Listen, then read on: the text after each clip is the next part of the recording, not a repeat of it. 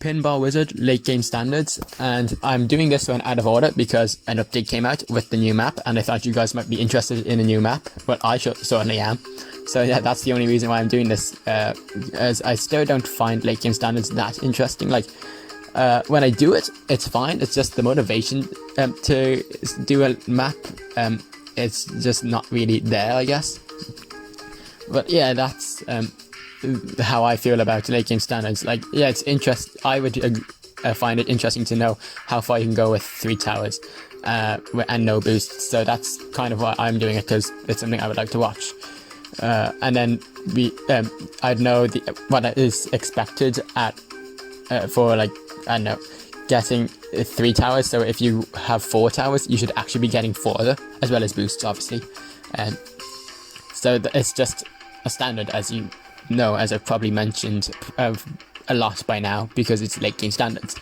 Yeah, so this map, people have been saying it's a copy of Spaceship, and there's a few things. First of all, there are different paths for a Spaceship and this map, as you can see, for a player and Bloons. Like with Spaceship, the start and ends are reversed, but for this, I think the player path goes down the right side, as you kind of expect. And Spaceship is 15 seconds long for AI path, and then it's 20 seconds long on this path. And yeah, this is out of order. I shouldn't be doing this map right now. It should be like, what's after? Cards, I think, should be next. But no, I'm not bothered yet, at least. Yeah, I could only find 6 farm spots. 2 in the corners, 1 in the top, and then 3 in the center. You can probably get 4, but I couldn't. 4 in the center, that is.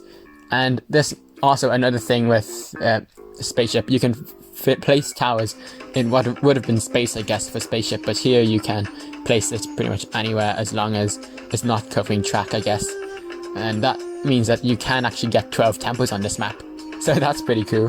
It's a tight squeeze. It's not your regular 4-4-4 or 3-3-3-3, depending on how you look at it. It's a bit squashed in the center, as you can see, and like the top right corner's moved in a bit.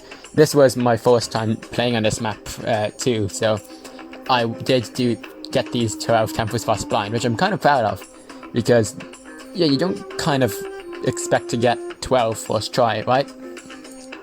And yeah, so that's about it. So as you can see, the 4 on the left are fine. They're pretty normal, and then it was kind of a squeeze, just trying to figure out where I wanted to get the guys on the right. There was a lot of space left over when I did the center one, so I thought I could move my top one in and then move those guys up on the right. And then everything managed to fit, so I got 12. Yeah. And what else? So even with 6 farms, I still managed to afford a full defense, which is pretty amazing, I think. Yeah, and here we are, round 104. I'm going to be dying on round 105, and that's about it. What else is there to talk about? Oh yeah, so with the update, ice got nerfed, well, ice shards got nerfed from a 2000 price upgrade to a 2800 in cost.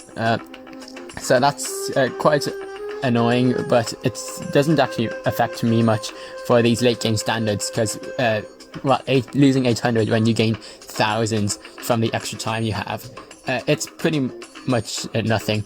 So nothing too big for that. But then when it comes to glue, I'm not sure if I want to use glue for... Well, sorry, I'm not going to use glue. I'm going to be using this strat still, Ninja Ice Super Farm, but and then these 3 powers, because you still need some camo detection. I know you can use the glue ability to pop camos, but I'm just going to stick with these because these are reliable and everyone has Ninja at least.